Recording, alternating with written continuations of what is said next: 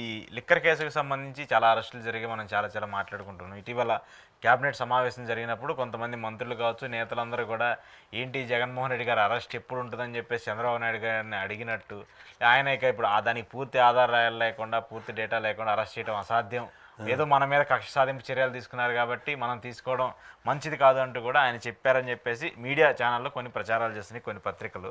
నిజంగా ఆయన అలా అనుంటారా? అలా అనుంటే ఎందుకు ఆ రియాక్షన్ ఏంటి? అలా కిరసనాలు కొట్టడికి వాడు ఉన్నాడు.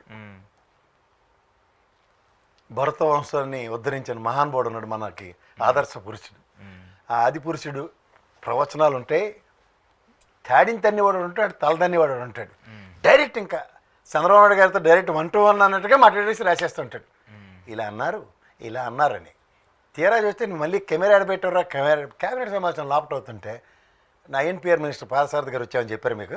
లేదు కదా. వీడికి మాత్రం చెప్తారు, ఎందుకంటే ఇటు భరత వంశ మూల పురుషుడు కదా.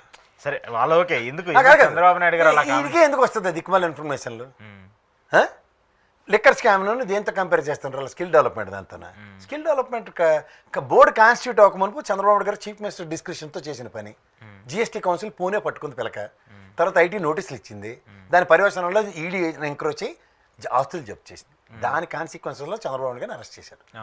దానికి మా లోద్రా వచ్చాడు ప్రణాళిక తెగించి 17 years వర్తించదు అంతే, కానీ ఈ కేసుకి చంద్రబాబుకి సంబంధం లేదు, కానీ ఈ కేసులో మేము అవినీతి చేయలేదని మాత్రం వాదించలేదు, మాట్లాడలేదు, అసలు అది ప్రొజెక్ట్ అవ్వలేదు కేసు కదా. ఇప్పుడు ఈయన కేసుకి ఇక్కడ లింక్ చేస్తారు. నా సీఎం ఆఫీస్ మీ చేతిలో ఉంది కదా, నేను నా ఫైల్ ఏదైనా ఓ సంతకం నేను పెట్టానా, అయితే నా ఏదైనా దీని మీద లెక్కర్ దాని మీద ఏమైనా ఒక నెగోసియేషన్స్ డెలిబరేషన్స్ ఏమైనా ఉంటే ఎస్టాబ్లిష్ చేసి పట్టుకోండి. వీళ్ళు విజయసాయిరెడ్డికి పని పాటలేక తీసేసిన తహసీల్దారుల ఇంట్లో ఉండకుండా అలా కసిరెడ్డి గారితో పర్సనల్ తగ్గు లేవు అండి, అరే నీకు 100 కోట్లు ఇచ్చాను దాన్ని ఏడు చేసేవారు అన్న దాని మీద మీడియా మాట్లాడితే అనవసరంగా ఈడీ ఇన్వాల్వ్మెంట్ అయింది.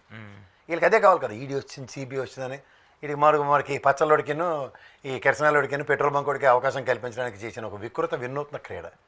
ఈ దెబ్బకి మా పౌడర్ డబ్బాడైతే అప్పుడు రాసిన విజయసాయిరెడ్డి మీద ప్రవచనాలన్నీ ఆపేశాడు, కడిగిన ముచ్చలో నిలబెట్టేసండి. ఇప్పుడు మా సైడ్ బ్రహ్మాండంగాను అప్పుడు అల్లక్కడ ఇల్లెక్కడ ఆఖరి ప్రభుత్వ ఉద్యోగులతో కూడా ఇష్టం ఉన్న మాట్లాడిన ఉదంతాలు అన్నట్లు ఆ రోజు విజయసాయిరెడ్డి ఇచ్చిన వార్నింగ్ కన్నా ఇప్పుడు నాగిని డ్యాన్స్ వేసేస్తాడు మా పౌడర్ రోడ్ అయితే. సరే అవునండి. ఇప్పుడు ఇవన్నీ ఇప్పుడు మాట్లాడుతూ వీళ్ళ తృప్తికే ఈడీ వచ్చేసింది. న్యాయస్థానం ప్రొసీడింగ్లో ఈ లిక్కర్ కేసుకి సంబంధించిన దాంట్లో అక్షంతలు ఎలా పడుతున్నాయో అందరికీ తెలుసు. వీళ్ళు తృప్తి కోసం రిమాండ్ ఇవ్వండి, ఇంకో 4 రోజులు ఇస్తే దాంట్లో నిజాలు బయటపెడతామంటే అదే ఆవేశం తిరుగుతుంది అక్కడే. కృష్ణారెడ్డి గారు ఎవరు, కృష్ణమోహన్ రెడ్డి ఓఎస్డిఏ, ధనంజయ రెడ్డి మాజీ ఐఏఎస్ఏ మీటింగ్కి వెళ్ళారట, వెళ్ళాము. ఎవరింటికి వెళ్ళారట? విజయసాయిరెడ్డి ఇంటికి వెళ్ళాము. చూసారా విజయసాయిరెడ్డి ఇంటికి వెళ్ళారట, వారిని ఆ నెంబర్ 2 కింద చెప్పుకుంటుండో ఆ ఇంటికి వెళ్ళడం మాకేటర్ తప్పు అన్నది వీళ్ళ ఆర్గ్యుమెంట్. అవే ట్రైరు విజయసాయిరెడ్డి ఇంటికి వెళ్ళింది ధృవీకరించిన ఓఎస్డి కృష్ణమోహన్ రెడ్డి, ధనంజయ రెడ్డి. వారే రోజు మనం తెల్లారైతే ఇంటర్వ్యూలు పెట్టుకుంటాం. ఓరు మీ ఇంట్లో సత్యనారాయణ వ్రతం ఏదో పిలిస్తే వస్తాను, ప్రసాద్ గారు అశోక్ ఇంటికి వెళ్ళాడట అని వార్త రాసేస్తే నేనేది చేస్తాను. సరే ఏదో ఇప్పుడు రాజకీయంగా ఉంటే వ్యక్తిగతంగా వాళ్ళకంటే వ్యక్తిగతంగా కదా. కసిరెడ్డి గారు కంప్యూటర్ ఆపరేటర్ ఏదో కొట్టుకున్నాడు తీసుకొచ్చి ఆ లోపల కూర్చోబెట్టాడు జగన్మోహన్ రెడ్డి అని పట్టుకొచ్చి వీడికి మొత్తం లెక్కర్ స్కామ్లు జగన్మోహన్ రెడ్డి పిలిచి గులువు తీశారు. అక్కడ 100 రూపాయలు తీసుకుని 100 కోట్లు తీసుకుని నేతలు ఇందులో పెట్టి అందులో తీసుకెళ్ళి అలా అక్కడ పెట్టంటే అరే ప్రభుత్వంలో ఏదైనా షేర్ మార్కెట్ లేదు సార్, లీగల్గా అంటే అరే పబ్లిక్ అండర్టేకింగ్ ఉండండి ఒకసారి లీగల్ విషయాలు మాడదాం. పబ్లిక్ అండర్టేకింగ్ ఉన్న ఐఓసీ ఐబీపీ ఇలాంటి వాటిలో మీరు కంపెనీలు ఇన్వెస్ట్ చేశారు, లేకపోతే బీడీఎల్ ఇలాంటి సంస్థలు షేర్లలో పెట్టారు, అది ప్రభుత్వ రంగ సంస్థలు. అలాగే లెక్కరు ప్రభుత్వ రంగ సంస్థ నిర్వర్తిస్తుంది, మేము పబ్లిక్ ఆక్షన్కి వెళ్తున్నాం డబ్బులు పెట్టండి అని ఏమైనా చెప్పిందా? లేదు కదా. మేమే వ్యాపారం చేస్తున్నాం ప్రాఫిట్ ఇస్తామని చెప్పి ఆక్షన్కి పెడితే ఈ కసిరెడ్డి గడి విజయసాయిరెడ్డి గడి 100 కోట్లు తీసుకుని అప్పులు పెట్టాడు, అప్పు తీసుకుని ఇన్వెస్ట్ చేసాడంటే జస్టిఫై అవుద్ది చివరి రూపంలోనే. తర్వాత ఒకళ్ళని దిక్కుమాల విషయాలన్నీ మాట్లాడుతూ ఇందులో జగన్మోహన్ని అరెస్ట్ చేయరా అని లోపల క్యాబినెట్లో అంటే మా భరత వంశ ఆది పురుషుడి పోయేమో బయటకు వచ్చి బైక్ కట్టుకుని ప్రవచనాలు. ఓకే, ఎందుకు ఇప్పుడు బీజేపీ సరే ఈడీ ఇన్వాల్వ్మెంట్ అవుతుంది అది అని చెప్పి పెద్ద ఎత్తున ఈడీ అక్కడ దాకా వెళ్ళి ఆగిపోయింది. బీజేపీ వాళ్ళేమో అసలు దీని గురించి మా జోలికి రావద్దు, మమ్మల్ని అడగద్దు, మీరు it's your personal, it's your state issue అని చెప్పేసి చెప్తున్నారు. ఎవరికి చెప్పారు? నాకైతే చెప్పలేదు. అంటే వాళ్ళకి ఎవరో వాళ్ళు పెట్టకథలు బ్యాచ్లు వాళ్ళు చెప్పారని చెప్పారు.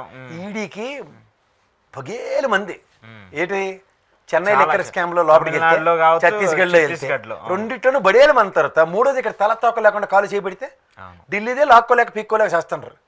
ఢిల్లీ ఇప్పటికీ 100 కోట్లు 1000 కోట్లు స్కామ్ అని చెప్పి రూపాయి ఎస్టాబ్లిష్ చేయింది ఈడీ. రూపాయి ఎస్టాబ్లిష్ చేయవలసిన బాధ్యత ఈడీ మీద ఉంటుంది. ఇప్పుడు money laundering case between Rajakeshwara Reddy and Vijayasai Reddy పిలగలట్టుకునే ఇద్దరికి దొల్లగొట్టండి అసలు విషయాలు బయటకు వస్తే మిగిలిన విషయాలు దేనికి మాడతారు. ఇందులో ఓజీ కృష్ణమోహన్ రెడ్డి ఎక్కడి నుంచి వచ్చారు, ధనంజయ రెడ్డి ఎక్కడి నుంచి వచ్చారు, వీళ్ళందరూ ఇంట్లో కూర్చొని కోడపాలకు కొనిపోయారు. ఇలా చెన్నైలో సిమెంట్గా మీరు పనిచేసినాడు చార్ట్ అకౌంట్ చెప్పి ఆయన కూడా ఎన్రోల్ చేసేస్తే ఆ ముసలాయన పట్టుకొచ్చి ఎంఎన్సీ కంపెనీలు నడుపుకుంటాడు. గోవిందప్ప ఏడు చేస్తారా గోవిందప్ప వచ్చి 4 సార్లు గోవిందా అంటాడు అంతే. ఆయన ఏదో చేశారని చెప్పేసి ఆయన ఏడు చేసేస్తారు. అసలు ప్రభుత్వం నడిపిందిరా బాబు అంటే అవును నడిపింది సార్ అని అలా చెప్తారు. ఒక పక్కన ప్రభుత్వం నడపలేదని చెప్తారంటే పోనీ ప్రభుత్వం నడపలేదని చెప్పరు, ప్రభుత్వం నడిపిందట. ఈ తెలివి తక్కువతనానికి బుద్ధి జ్ఞానం లేని తనానికి ఈ ససోలను ఎందుకంటున్నానంటే నేను డైరెక్ట్ చెప్తాను, డెలిబరేషన్ ఇస్తున్నా. 1,09,00,00,000 1,10,000 కోట్లు దగ్గర లెక్కర్లో రెవెన్యూ వచ్చింది సార్ స్టేట్కి.